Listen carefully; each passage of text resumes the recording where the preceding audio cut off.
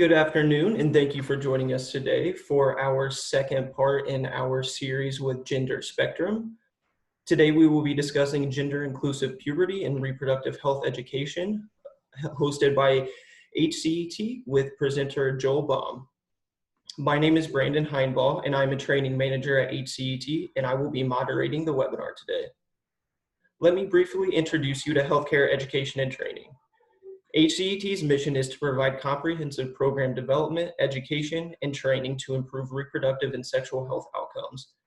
HCET is an organization of passionate people who are proactive in their belief that access to evidence-based, medically accurate reproductive and sexual health education, training, and care is a fundamental right.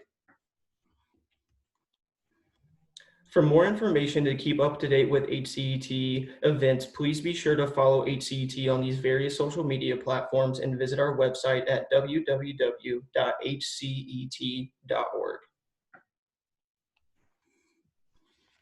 Now I will quickly review some housekeeping information. A link to complete an event evaluation will be sent to you via email following the webinar. Your feedback is greatly appreciated. Archived presentations and a list of upcoming events can be viewed on our website. If you have any technical difficulties during this presentation, please contact Brandon Heinbaugh at the phone number or email listed on your screen. This presentation was created by Joel Baum of Gender Spectrum. The views expressed in written training materials, analysis, interpretation, and conclusions presented in this presentation are those of the presenter. The recording from this presentation will be used only for internal training among HCET partners, participants, and grantees. Throughout the presentation, we encourage you to send your questions via the chat box. To submit a question, hover over the main screen, then select the blue chat icon. Once selected, the chat box should appear on the right side of your screen. To send a question at any time during the presentation, please send it to all panelists. This ensures everyone behind the scenes can view your question. We will hold all questions until the Q&A portion of the presentation.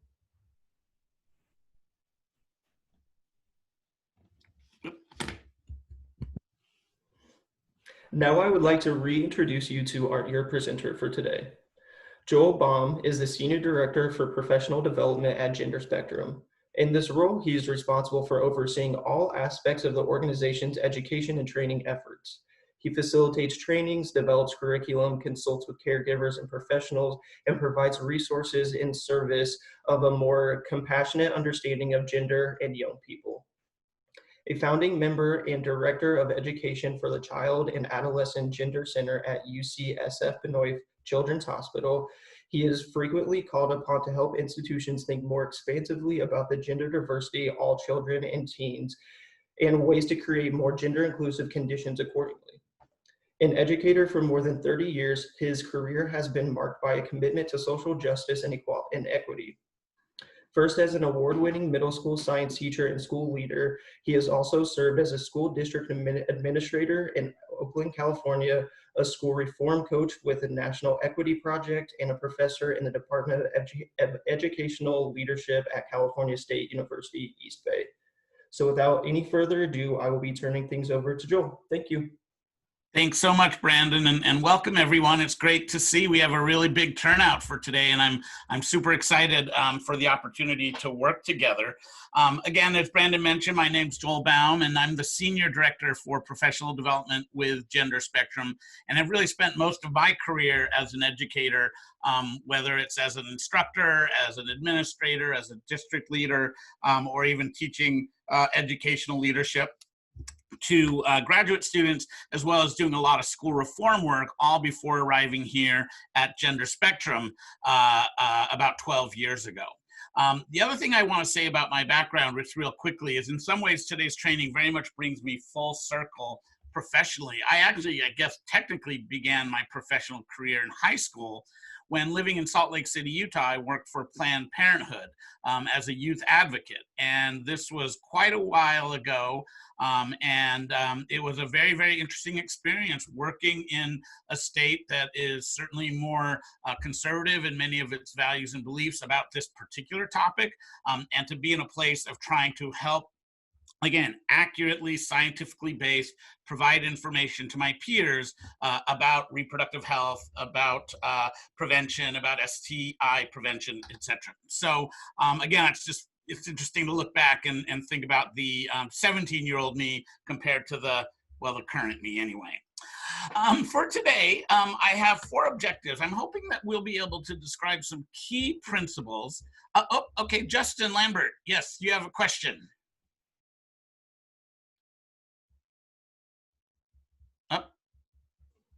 If you'd like to type that into the chat box, we can get back to that as well. Okay, great. Thank you. And Brandon, feel free if those are coming in, if folks want to, if there's a question that seems timely, I have no problem with you just sort of edging in. Is it a question we want to look at right now? It looks like Justin was just trying out the hand raising feature, awesome. So I think you're good to go. Okay, good. Thanks so much, Justin. So yeah, today really 4 things. We want to first go over some general principles about creating more gender inclusive puberty and reproductive health education. I also want to make the case for using these approaches to puberty and reproductive health because there's a variety of reasons why this work is so important. We'll specifically review 5 principles for expanding puberty and reproductive health to be more inclusive while still meeting our charge to provide the information we need to provide young people. And then also want to have an opportunity to discuss some promising practices for applying this lens to your work in puberty and reproductive health education. Gender Spectrum is a nonprofit organization. We're located in the California Bay Area, but do work all over the country. And essentially our mission is to create a gender inclusive world for young people.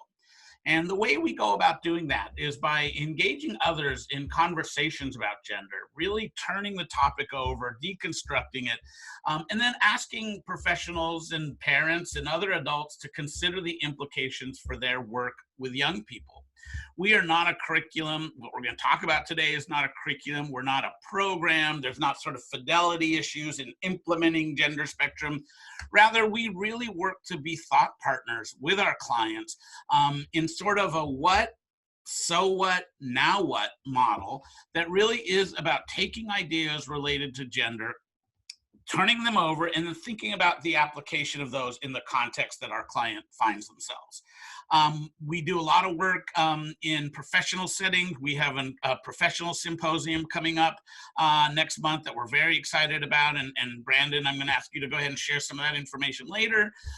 We provide a lot of parent and youth programming and online content.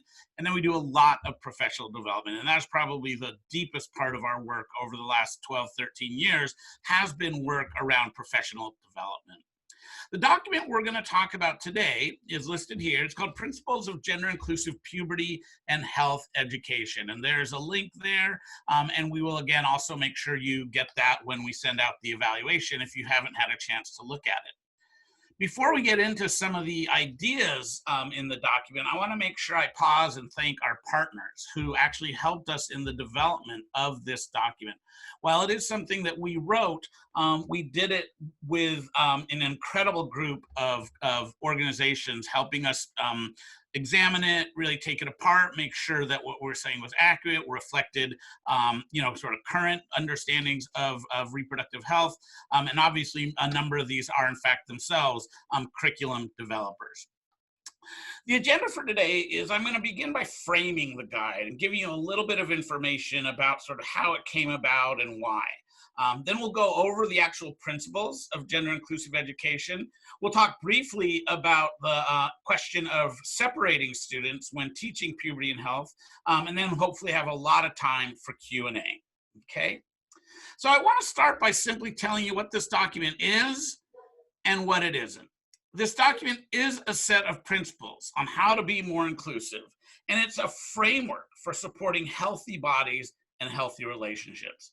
What it is not is a curriculum, nor is the document a training in and of itself about sex, sexual development, gender, or sexual orientation. It really is an overarching set of principles that we believe can be applied to virtually any work you're doing in this domain, and really with almost any age group of young people. Of course, all of it gets adapted appropriately developmentally, but really what we're hoping to provide is sort of an overarching set of ideas, and then asking, again, consistent with our model, asking you to think about the implications.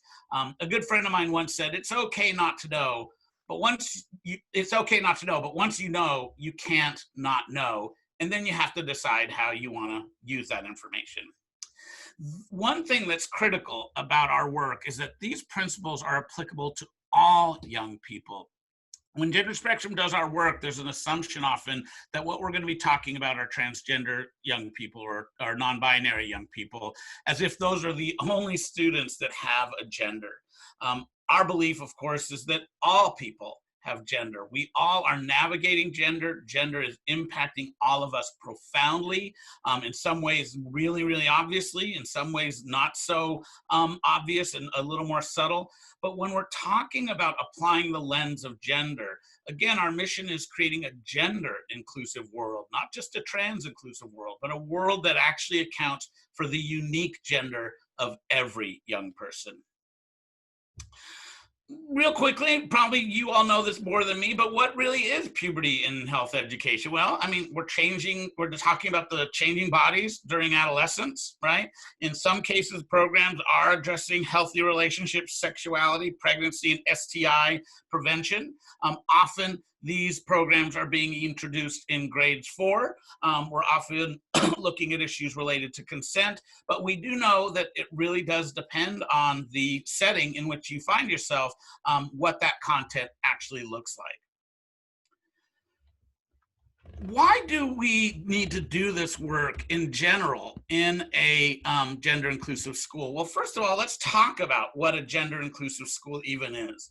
A gender inclusive school, because the reason I want to do that briefly is these principles take hold most effectively when there's already really good soil, if you will, to plant the seeds, right? And that is a gender inclusive school. That's a school that not only acknowledges and recognizes gender diversity, but it's also a school that intentionally demonstrates a way of committing to each person's gender. In other words, there are a number of things in place that really say we account for our students' gender.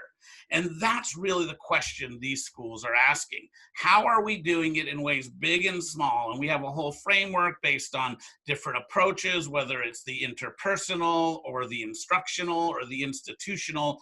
There's a growing body of work that points to what these schools do in general. And it's in these schools that a gender inclusive approach to this work will be most effective, but is not by any means a prerequisite or absolute. Why specifically do we need this in the puberty and health education world? Okay, well, first of all, we know when we take an approach that's gender inclusive, we see better learning and life outcomes. The work we're talking about supports academic success. It improves overall school climate. It increases well-being in intimate relationships and reduces sexual harassment and dating violence. Really, this work benefits every student. It's life-affirming for everyone, because puberty is such a critical time for every adolescent. And it's really life-saving for some. Because in fact, while our work is about all young people, we do know that transgender and non-binary youth are often invisible and quite stigmatized in schools. And that is certainly the case when it comes to their sexual and puberty health educations. They often feel as if they are simply not even in the room, that their experiences are not being taken into account. Okay, and as a result, we know our trans and non-binary young people face incredibly high levels of depression, disordered eating, substance abuse, self-harm, high-risk sex behaviors, and so many other negative health and life outcomes. I mean, literally things like their hopes for the future or the belief that they can actually be happy living in the community in which they are growing up. Again, all of these based on the fact that they feel unseen and unsupported at school. And in some cases, that really comes home most powerfully in this kind of content, okay? So comments, questions about that. And let me open the chat back up to see if anyone has, in fact, made any comments. Let's see, folks just, okay, introducing themselves. Okay, awesome. So again, please, if you have questions throughout the session, we're going to go ahead and address those. But let's start by talking about just what these 5 principles are all about, okay? The first is that when we're talking about gender-inclusive puberty education, we're talking about establishing a level of gender literacy in the classroom. That level of gender literacy is informed by a notion of distinguishing patterns from rules and the importance of needing to do that. We want to emphasize physiology as we talk about this content rather than gender. We want to talk about health and bodies and best practices, not based on someone's identity, but based on the body they were born with. We want to talk about many different pathways to adult bodies. And finally, we want to describe many different pathways to the creation of families. And once again, in this framework, we're not just talking about our trans and non-binary kids. We're really doing this to support all of our young people in a more authentic and realistic way. And in many cases, a way that is very, very consistent with a lot of the ideas that they are already holding as they come into our classrooms, okay? All right, so let's start by talking about establishing gender literacy. And this is some of the work we did last week. When we talk about gender literacy, we're talking about moving people from binary notions of gender grounded solely in physical bodies, right? Penises and vaginas and chromosomes, very binary. You can be a male or a female. That's the only kind of bodies there are. Moving from that to the idea of that actually even the body is much more complex than that. And even at this physical level, a binary way of thinking simply does not hold. The binary gender model rests on 2 assumptions that are in fact just simply not accurate, right? That there are only 2 bodies and that one body always is going to be associated with being a man or a boy, and the other one's always going to be associated with being a woman or a girl, okay?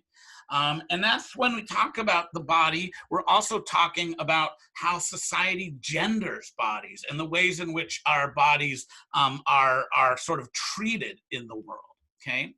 The second dimension of gender we have to understand is identity. And identity is our deeply held internal sense of self, right? It's who we know ourselves to be.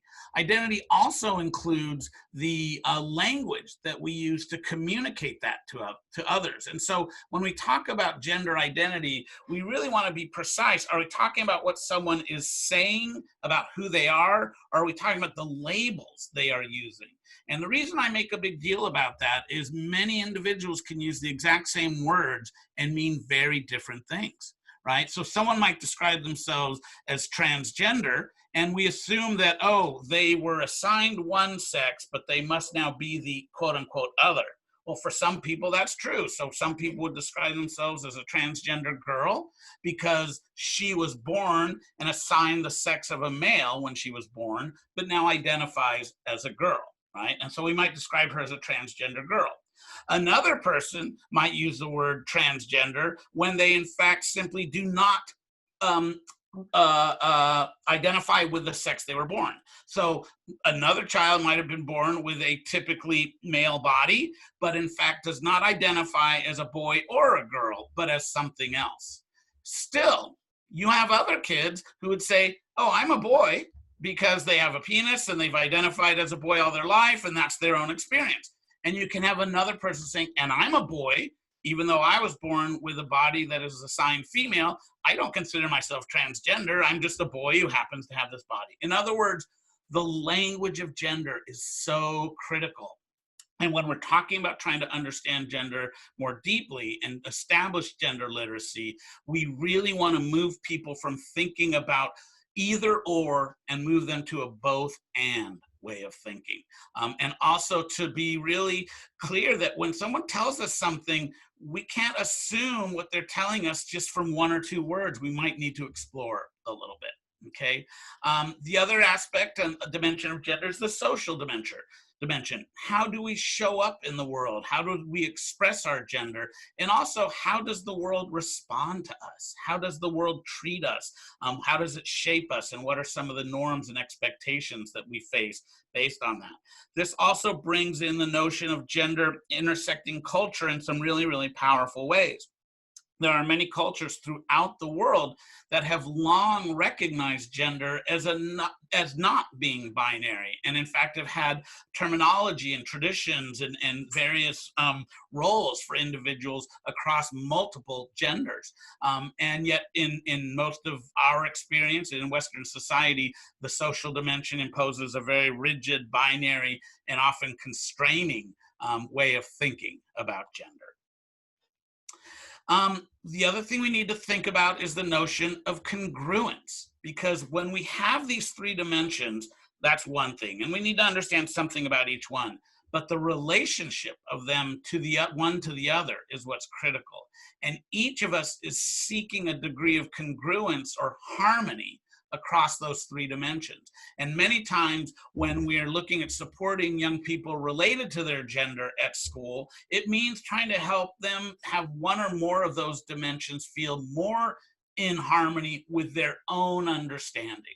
Right? And so what we're talking about are making changes sometimes in identity documents so that the whole sort of social dimension is being recognized. Perhaps we're supporting them in their being able to use certain facilities. Maybe we're changing peer groups. We're doing lots of different things to account for their gender in a way that helps them move towards a greater level of congruence.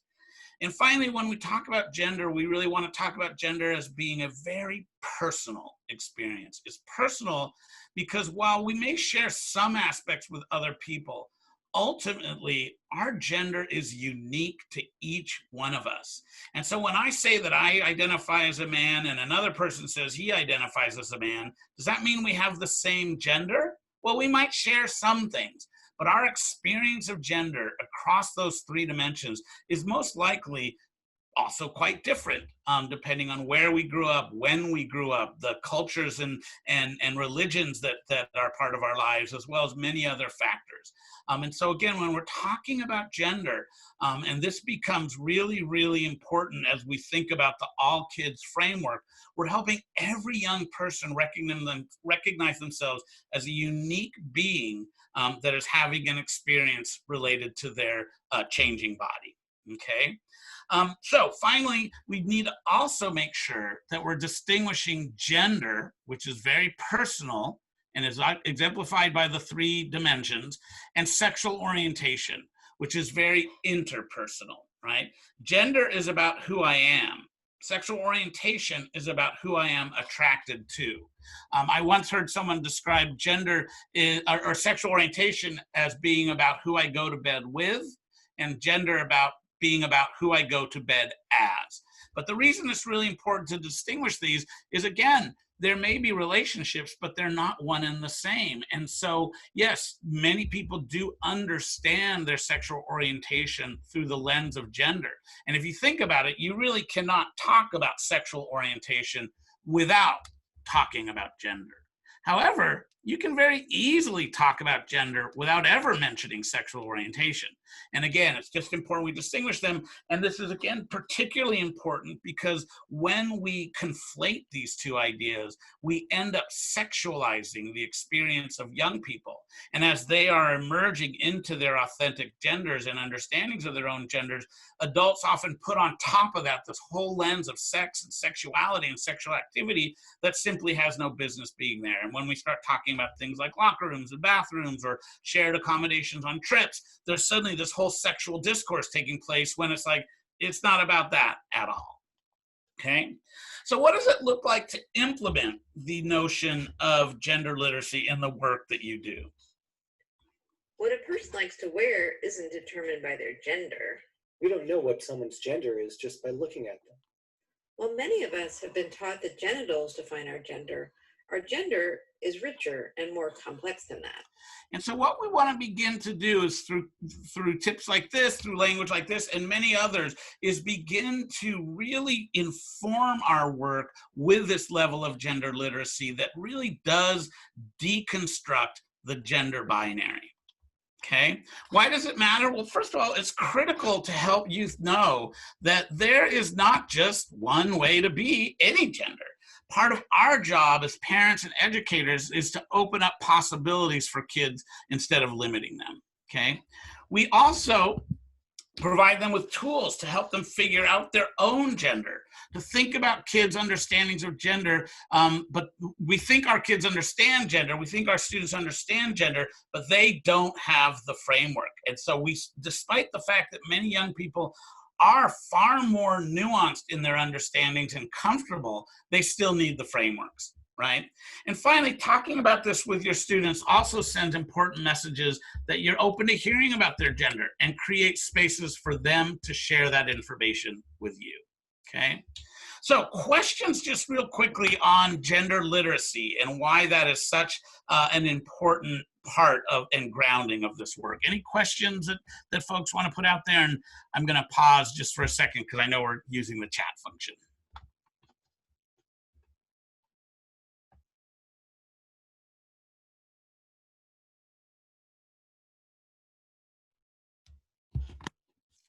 All right, well then I'll move on, but again, please don't hesitate to list any questions. Oh, good. How would you suggest handling a dispute between students who may disagree on gender? Yeah, that's a great question. So students who simply are saying, no, I learned differently, right? I learned that gender is this, or, you know, my upbringing, my worldview, my religion, my culture says this is what gender is. Well, I think what's really, really critical here, and this is something we talked about last week, the model of gender that I just described is is not something that, quite frankly, is up for debate. If we were going to talk about medically accurate, scientifically accurate models for puberty health education, then it includes this, because virtually every professional association, medical, legal, mental health, child welfare, and education certainly recognizes gender as being more complex than the simple binary allows. And so I think it's just really critical to say, you know, when it comes to how we know things based on our ability to peer review, based on our ability to create theories that are consistent and predictable and that describe the world around us. And so while individuals may have their own beliefs about gender and may have certain ideas that they bring from home, when we're talking about this conversation at school, we're really talking about kind of the facts on the ground. It would be really similar to talking about if we're going to have a class in biology and look at genetics without considering anything related to evolution. Or we're going to talk about some other concepts that are theoretical only in the fact that they're too complex to describe, or like gravity. We can't prove gravity, but we have a theory of gravity that operates and works and helps us describe the world around us. This is a great question because, you know, you're at a starting place where your students, if they're walking into the space saying, well, I understand gender as this, then I think it's critical to say, okay, so that's how your understanding works, and we can honor that, and I hope to give you information to help you think more about the way that you understand gender, but we're certainly not going to be imposing that on anyone else, and this scientifically based, medically accurate training that we're going to be doing over the next week or so will be informed by the science and medical providers that are doing work in this field. I'm curious, though, how others might think about that response, because it's a great question. And it is one. I think the other thing where we do work in schools more broadly is we really like to distinguish the difference between beliefs and actions, right? There's a fundamental difference between someone's conduct, right, the way they treat other people, and what they believe. So I may believe that boys should not wear fingernail polish, right? That girls, you know, should behave a particular way, that, you know, all girls should have a certain body. I may believe that. That may be what I've been, you know, told growing up, and I can think that all I want. I don't get to impose that on another person such that it creates a hostile learning environment for them, right? I'm not going to allow you to make fun of a boy with fingernail polish simply because you don't think boys should wear fingernail polish, just like I'm not going to allow that boy to make fun of you based on your notions of the world, whether they're grounded in a religious view or a cultural view. Again, we have to separate conduct from beliefs.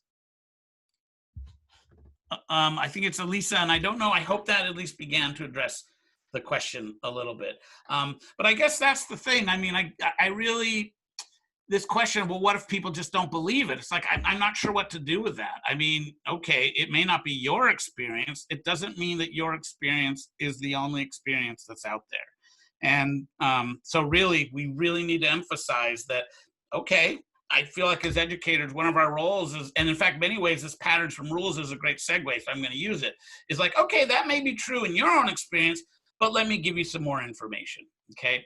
All right, thank you, and thanks for giving me the heads up that, yeah, it helped at least a little, okay? How do patterns versus rules show up in this work? Some people are intersex, which means that they were born with a reproductive or sexual anatomy that doesn't seem to fit the typical definitions of female or male.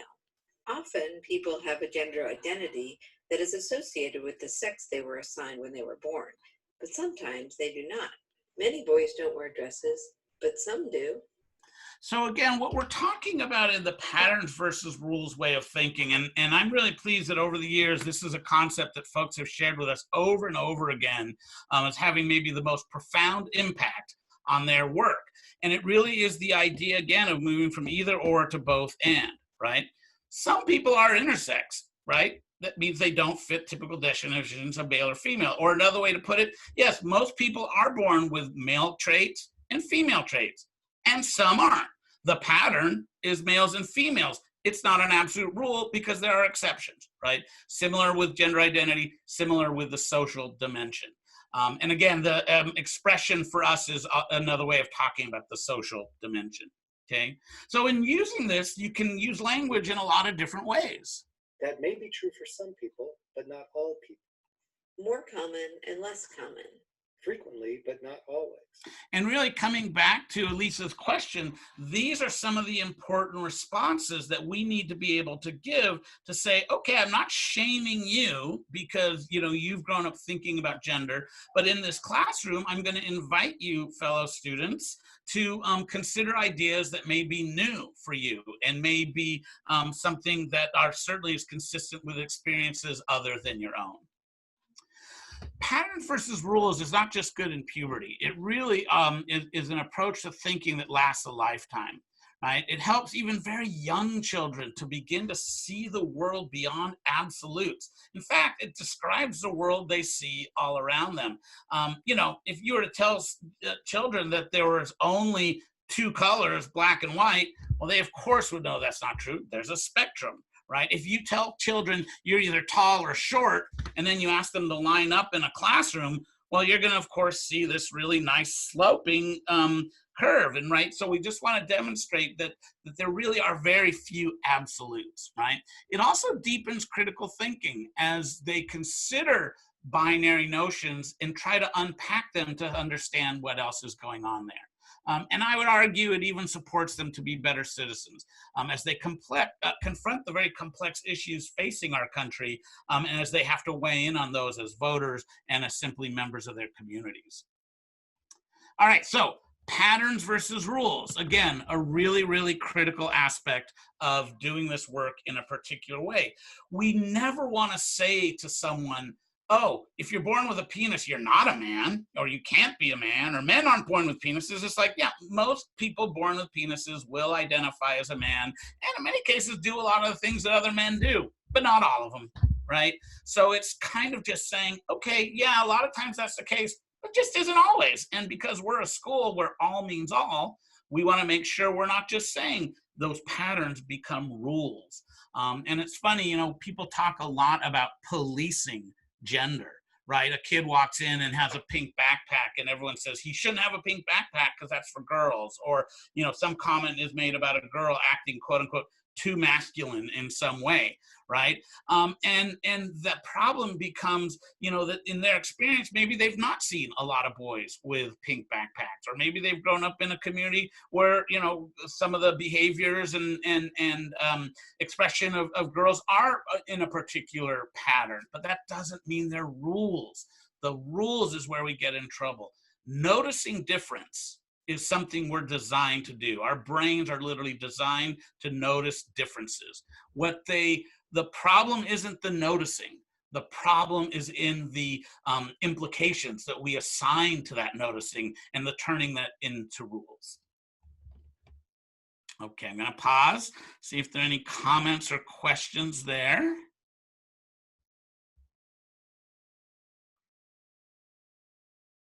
All right, we'll keep going. And again, just don't hesitate to sprinkle in your comments. So let's talk about maybe what I would say is one of the key parts here, which is the emphasis on physiology and not gender. I don't think I mentioned it. As I said, I was a teacher all my life. I taught science. In particular, I was a zoology major. I believe very strongly in scientific literacy.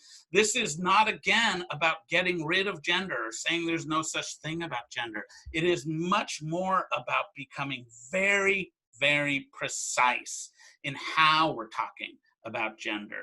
And so what we want to do is move away from gendering bodies and assuming things like, oh yes, all, you know, people born with this body will grow up to be like their mommies, and all people with this body, or all girls will grow up to be like their mommies, all boys will grow up to be like their daddies, and that's the only possibility, and let's go, right? We want to instead say bodies with this part, bodies that do these things.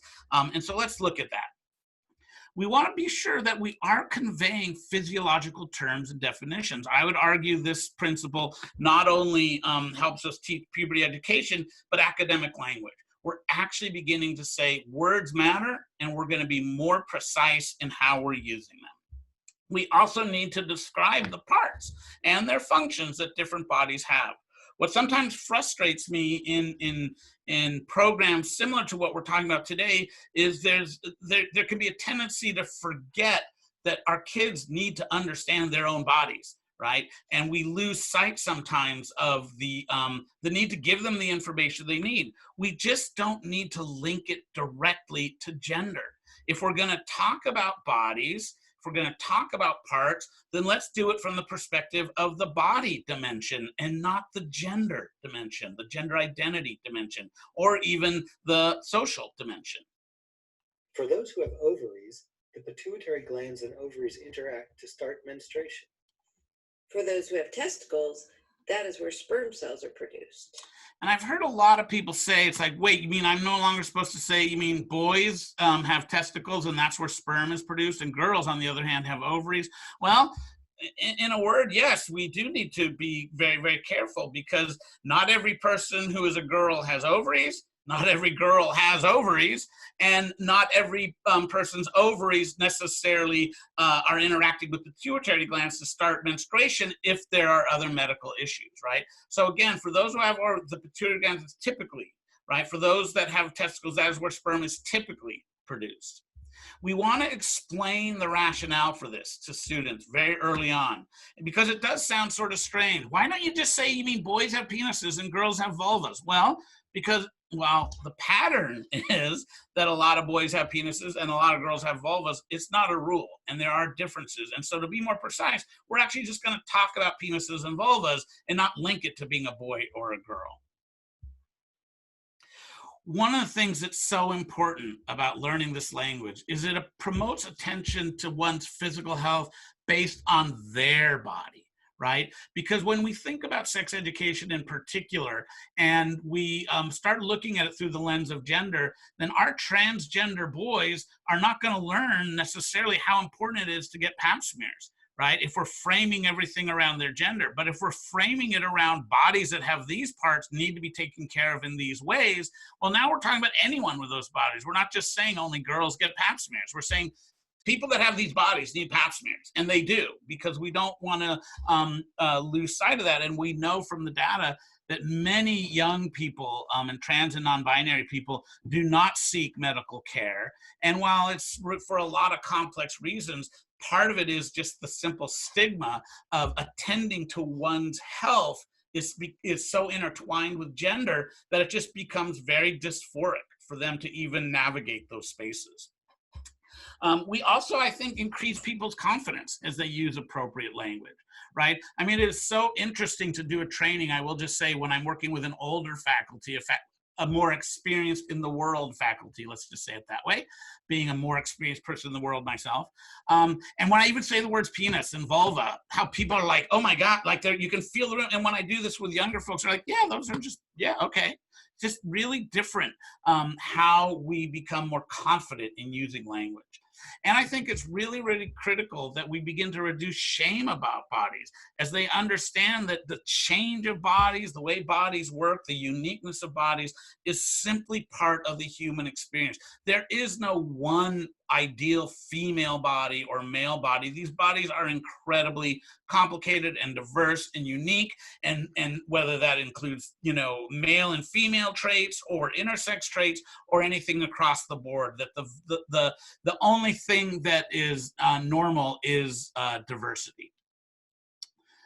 Questions about removing gender from the physiology. That's a really, really important piece.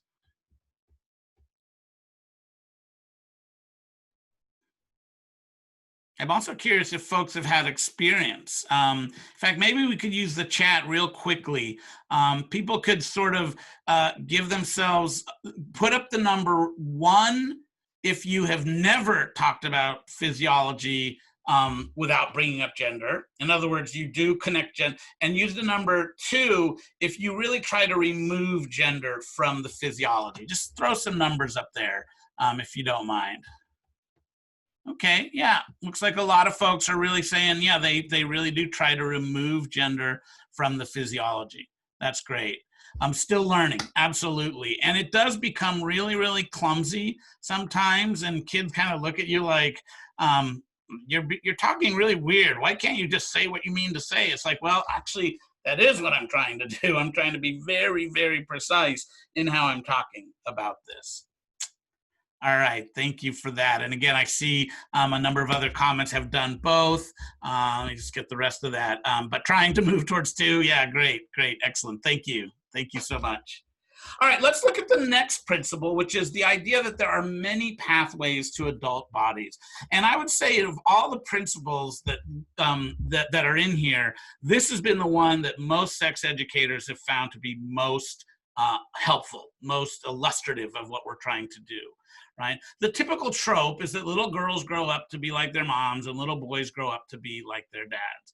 And I certainly even remember my parent talking to me about my own growth and development and reminding me that while I think I was the only one having these really bizarre experiences and feelings, actually everyone was. And that was kind of the inside joke, is like, when you're freaking out, realize everyone else is too. And so similarly, we want to help every young person recognize you are on your own pathway to your adult body. And what that can look like is really, really amazing, and can involve different things about gender, but can involve a lot more too. Let's do this. So what we're talking about here is, as I said, beginning by describing the incredible diversity in human bodies and their development, when it's things like the age of when puberty begins in some places versus others, appearance, you know, sometimes, well, boys grow hair in these places and girls don't, or it's like, well, except for this, and this exception, right? We're really reviewing a lot of the changes that are taking place. And we're talking about some of the cases where medical approaches are needed to support an individual's puberty. That might include, for instance, that we use puberty blockers for a young person having precocious puberty. Most but not all. Here's the patterns and rules. Most people begin puberty around, well, for a girl, you know, for female-bodied, or typically female-bodied or vulva-bearing humans, around 7, 8. Around for penis-bearing humans, it's more around 9, 10, and all those numbers are changing all the time. Right? But sometimes it happens much, much earlier. A body begins to change and it is not physically ready for that. So they'll use these puberty blockers to delay that person's puberty. Well, there are other ways puberty blockers get used around gender, right? When somebody who has a typically male body or a penis-bearing body who identifies as a girl doesn't want to develop the typically male secondary sex characteristics, puberty blockers might be used there to help delay that and give them options for their different pathway. Okay, and then another way to really characterize this is to get students to think about how bodies how idealized bodies are reinforced in different parts of our culture, in the media, and ways in which that assumptions about this is the pathway, and if you're not experiencing it this way, then you're doing it wrong. Okay, and really inviting them to think about how those expectations work for anyone or even anyone. Okay, for everyone or even anyone. Okay, and most importantly, we want to describe for young people that there are many ways to get to where you're going. Right? By describing multiple pathways, we make each child's journey their own. We also deepen empathy for peers having experiences that are not the same as others. Right? They begin to recognize that, right, like this is my separate journey, here's yours. Right? It also, I think, is a wonderful way to celebrate the incredible complexity of how our bodies work. And that also is always a good thing. And finally, often puberty education is framed around family building. And this is the way families are born. This is the way people are added to the world. And while, yes, there are some fundamental things about pregnancy and development that we need to look at, we want to, again, be careful talking about this as if there's this very sort of heteronormative way that families get built, okay? Because we know that there are a lot of different things that happen to lead to families. Now, this does not preclude us, however, from going over basic reproductive processes. Kids need to know about these different ideas as they are learning about these complex processes. But again, we want to frame them outside of the typical hetero and also gendered norms, okay? So how do you do that? Well, there's a great way to use literature and current events to talk about different aspects of family building. Michelle Obama and President Obama used reproductive technologies to have their children. And over the last 30 years, more than 1 million babies have been born with assisted reproductive technology. And this, using books that speak to different patterns, is about a multiracial family with a transgender parent. And what a lot of people don't know is that between 1/3 and 1/2 of transgender people in the United States are themselves parents. This idea that families get built in only one way, we want to really interrupt that as well. Okay, oops. Technical glitch here. And there really are a lot of great books out there that speak to these different approaches for creating families. And once more, when we talk about being gender inclusive, we're talking about a process in which the little thing, right, the whole is far greater than the sum of the parts. And when you put all these pieces together, you're beginning to communicate a degree of possibility that is not limiting to kids, to any kid who is having an experience that might be slightly different from the so-called norm. Okay, all right. And so again, why this matters, we're celebrating many ways that families are being formed. We're creating a greater degree of appreciation and love for that love is a unifying experience of a family, and that many families are created actually that strengthens our communities, and that communities are built upon this diversity of families, okay? All right, so those are the 5 dimensions.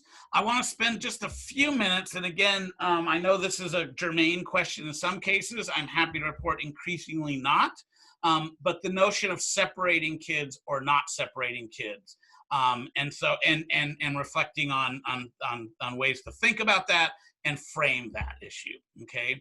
Well, first of all, when we think about not separating the kids, there's some pretty common fears that come up. And a lot of the rationale for why we put, and again, just to be clear, we're talking about separating kids by, well, what are we talking about? Are we separating by sex? Are we separating them by gender? Do we even really know what we're doing? but let's just say the parlance is often girls are going to have this experience and boys are going to have this experience. And so we would like to talk about, well, what if we didn't do that? Well, some of the fears that get raised when we say that are the following, right? Students will be embarrassed to ask questions in front of other kids. And that's going to be especially the girls, because they need to ask questions about menstruation and other processes that are extremely personal. Some kids will show off and act out, especially the boys, right? Certainly parents will object if we have the kids all together. And by the way, it's always been done this way. Of course we separate the kids. Now for the questions the rest of you have. Do boys have anything like menstruation? I heard my mother tell a neighbor I was born cesarean. What does that mean? Why don't all people have red hair? What happens if more than one sperm cell enters an egg?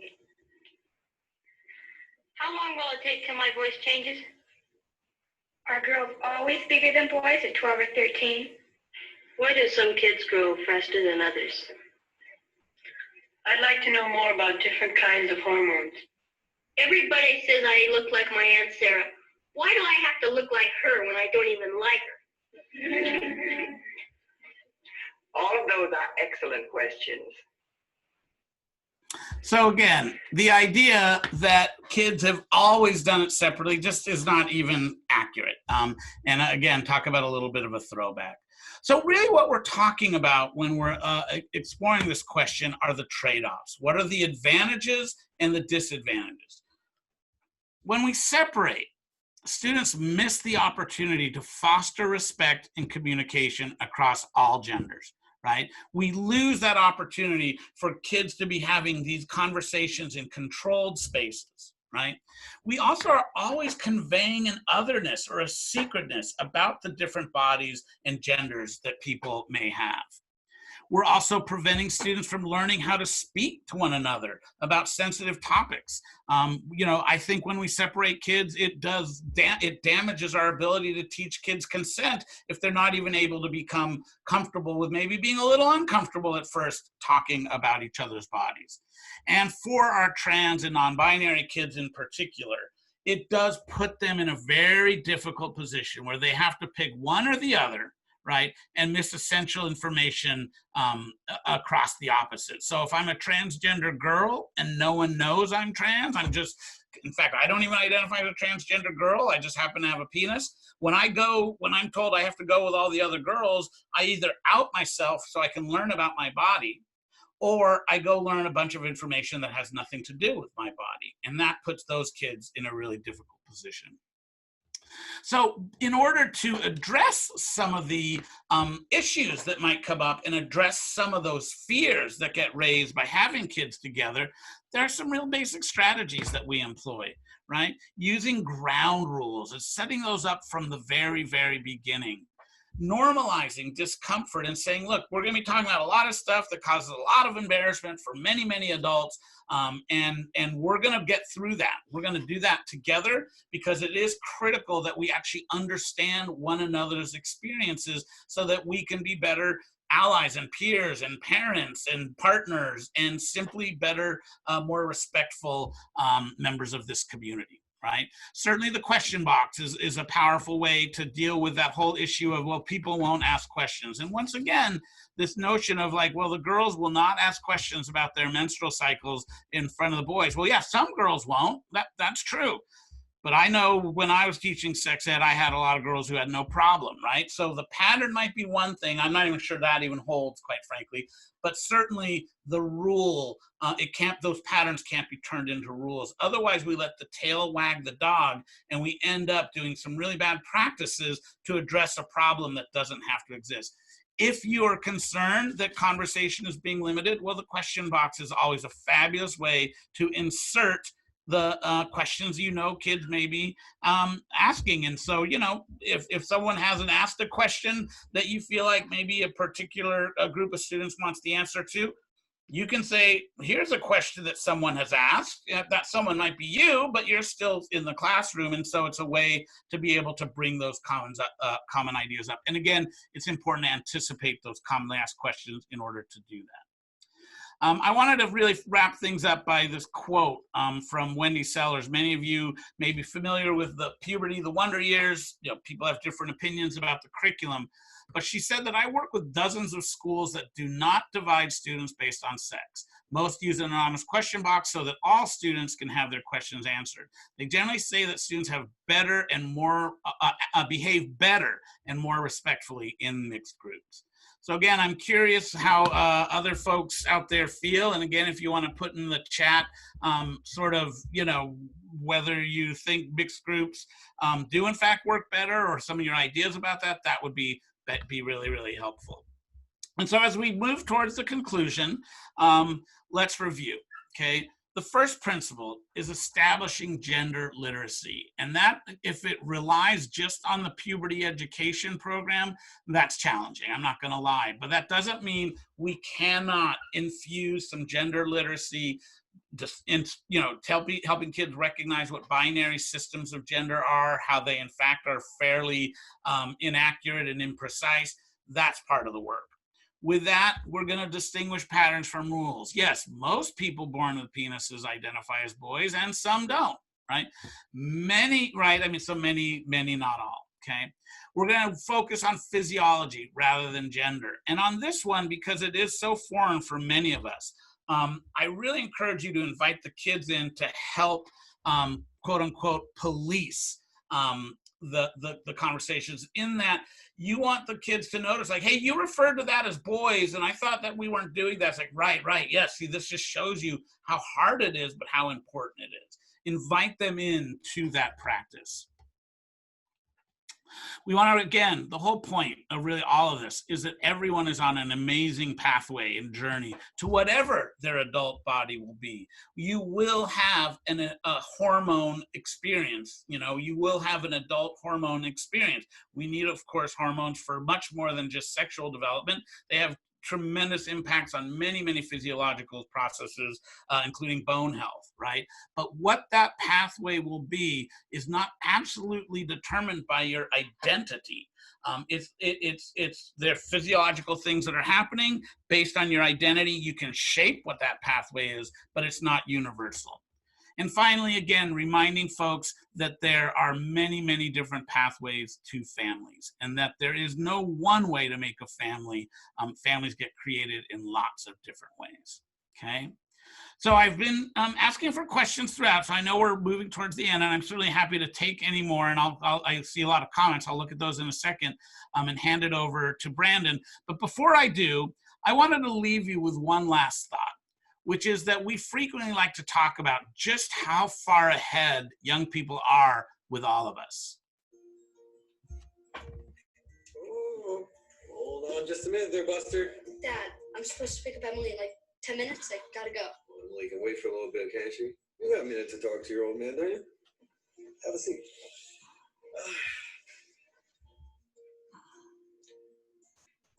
You know, son, you're not a kid anymore. Oh, no, I go to health class, Dad. I already know all this stuff. Well, they don't teach you about everything in health class. Okay, Mr. Smartypants? So just listen. When boys and girls get a little older, they start getting interested in one another, right? You know, and non-binary people, agender, intergender, FTX, gender fluid people. What? There's more than just boys and girls now, Dad. And they're not girls, they're women. Yeah, okay, sure. Well, my point is that sex is it's a very important decision. How are you defining sex? Sex is different things to different people. I guess when a penis goes into a vagina. What if there's 2 men or 2 women or more? More? How would you define sex with multiple simultaneous partners? Or what if somebody's undergone genital reconstruction or is intersex? No, but I'm just talking about normal, straight. Normal? Come on, Dad. Okay, here we go. Let me ask you this.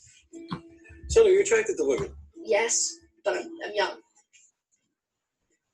Is Emily a woman? Biologically. Okay, you're attracted to women. Emily's a woman. So if you were to have sex with Emily... I wouldn't just have sex with Emily. We'd have to make that decision together. Homecoming's not an excuse to ignore consent. I'm not saying to ignore consent. I never said ignore consent. You and Emily, Right, consensually decide to have sex. Vaginal? Yes, vaginal. Just two of us. How many people do you want? That's just the two of you, Colin. And I'm playing the traditional male role? Go to homecoming. You seem like you really wanted to talk about this. No, I don't want to talk about anything. Ever again. So I can go. Please do. Ow, thank you. Don't forget your first touch. Hey, Dad. Yeah. How do I look? You look very handsome, son. That's gender coding, but... Get out of my house! So again, young people are also ready for these conversations. And in many cases, they're a lot more comfortable with this language and these approaches than we are. And so I want to go ahead and wrap up and invite you to please stay in touch. That video is from Comedy Central. And I don't know the exact name of it. I just did a, dad puberty prom. If dad talks to son about puberty and prom or something like that, you'll easily find it. So with that, Brandon, I'm going to go ahead and hand things back to you, and just want to thank everyone for staying in today's webinar. Please do your evaluations. They're incredibly important. They really help us tune and improve our services. And so with that, Brandon, I'll hand it back to you. Great. Thank you, Joel. I appreciate having you back again. Obviously, it's such a pleasure to have you for both part 1 and part 2 of this series. For everyone that is still online, we absolutely appreciate you hanging out with us all the way up through the full hour. We want to be respectful of everybody's time, so if you do have to go ahead and sign off, that is A-okay, but I think I'm going to extend this a few more minutes just to see if we can get any questions answered from some folks who are on today.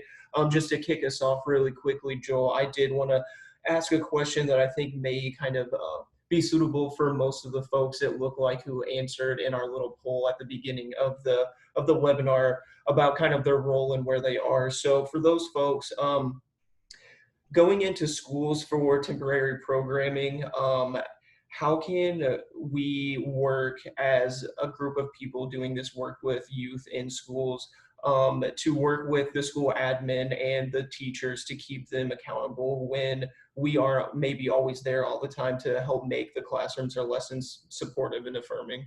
Yeah, no, I totally get that. You're kind of, itinerant, right? You come in and you come out, and you have these very short relationships. I think there's that certainly obviously provides some clear challenges simply because you're like, well, who's this person? They're going to be gone in 2 weeks anyway, or a week, or whatever it might be. On the other hand, I do think by bringing views from out in there to schools and having questions like, hey, I'm really excited to be here for the next few days. One of the questions I have is, so what work are you all doing about gender diversity in here? It'd be really helpful before I start teaching kids to hear what some of the work you've been doing around gender literacy in general. Do the kids know anything? Have they had opportunities to learn about binary notions of gender? What do they know about Trump? Right, by raising that question in a respectful way, you start planting the seeds, because other schools are, just to be clear, they're doing it. And so what are your thoughts on how we're going to do it here? That certainly can be a powerful way to initiate that conversation. Certainly, I think depending on your relationship with the teacher and the the person who's brought you into to do the training, it's an opportunity to put your heads together and say, look, yes, we're teaching puberty and sexual health education, but we're also teaching about gender inclusion. What are some ways we can maybe work together to kind of emphasize that and kind of strategically have those conversations? And that, so that would be one, right? Is just simply asking the question. 2, strategically partnering.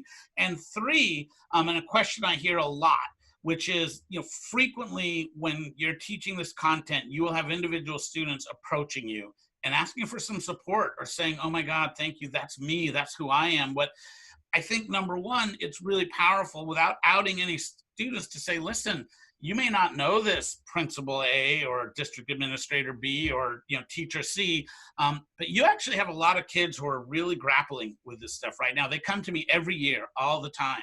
And so I don't want you to think like this is my agenda here. There's a lot of different reasons why kids need this information. I also, we have a whole sort of approach to talking about why focusing on gender that has nothing to do with transgender kids. It has to do with the fact that, some of our kids are almost laughing at us because we're not talking about this stuff. They're like, really? You're going to say good morning, ladies and gentlemen, to the class? Like, hello, there's more to it than that, right?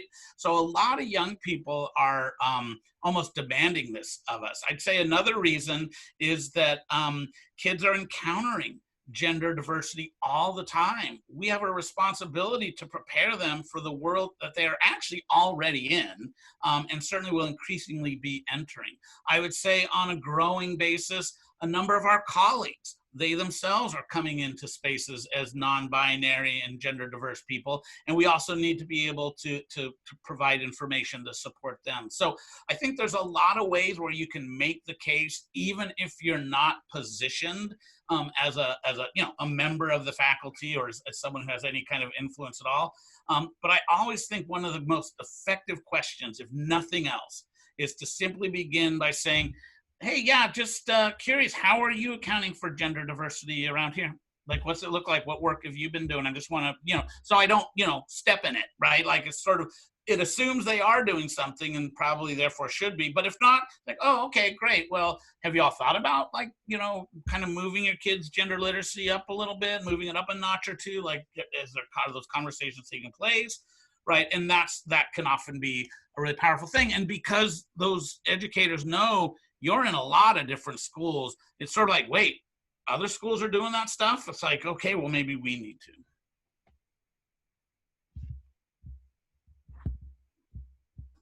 Awesome, thank you. It looks like we had a question from Carol wondering, oh, not from Carol, I apologize, from Jennifer. I'm wondering, you had mentioned having curriculum, so do you have any guidelines or sets of curriculum that are free for agencies or training for specific curriculum that you can offer through Gender Spectrum? Yeah, so I want to be clear, we don't do curriculum. We actually are not a curriculum development group. What we have, though, is partnered with the organizations that have done a lot of the curriculum work that is sort of supported by this. But to be clear, we don't. And I want to be careful about endorsing anyone or saying this one's better or that one's better. I do believe there's a lot of great stuff, though, out there that if you simply do gender inclusive puberty, you will get connected. I am a big fan of Advocates for Youth. I also think there's some great stuff in the Amaze series of videos. And there's also a great set of videos from the Stanford School of Medicine on understanding the gender spectrum. And they do some really good stuff. They're line drawing, cartoony kind of things, but they're not at all, they're not insulting to the intelligence. You won't have little kids feeling like they're being babied. I think those are some really good resources. Cool. And then it doesn't look like we have anything else popping up right now, but I did want to ask just one more question before we sign off for the day, just because I believe that it kind of correlates and wraps into the other points that you were making in answering my first question. But oftentimes it seems as though organizations are kind of working with their funders or particular curriculum developers to really advocate for more inclusive programs in communities where they know that there is resistance or a gap in that community. So from maybe even an individual or an organizational level who may be in one of those communities where there's some resistance and a gap, how would you suggest those individuals go about maybe advocating for curriculums, programs, and lessons that are more inclusive and affirming to all the youth in that area? Yeah, I mean, I think this is really a challenging situation where we have a lot of resistance, and whether it's around this issue, whether it's around issues related to race and equity, dominant culture and challenging dominant culture, to think about things a little more broadly certainly is difficult. Again, I want to come back to, with Gender Spectrum, one of the things we're always emphasizing is that this is not just for some kids, this is about all kids. all kids benefit when we have a broader understanding of gender. I'm fond of saying our work is as much about having women doctors as it is about supporting non-binary people. It's about making it okay for any man who wants to be an early childhood educator to be an early childhood educator. It's really about that kind of process. And Brandon, I'm afraid, I'm just realizing I'm getting a bunch of texts. I'm actually supposed to be in a job interview right now with some folks. Unfortunately, I am going to need to jump off. I do apologize for that. This appointment got scheduled immediately after this training, much to my chagrin. Absolutely no worries there. I do realize that we're about 10 minutes past our usual time anyway, so we will go ahead and wrap up. Again, thank you, Joel, for being an amazing presenter as always. Thank you for everyone attending. Please be advised that today's presentation, again, will be used only for the internal training among HCET partners, participants, and grantees, so please do not share or replicate this presentation in any of its content. And again, thank you for your participation and attendance today. Again, there will be an evaluation email sent to you shortly, and we greatly appreciate your feedback. Thanks, everyone. And Britta, I agree. Storytelling is awesome. Great way to bring this content in. Thank you, everyone. Stay safe.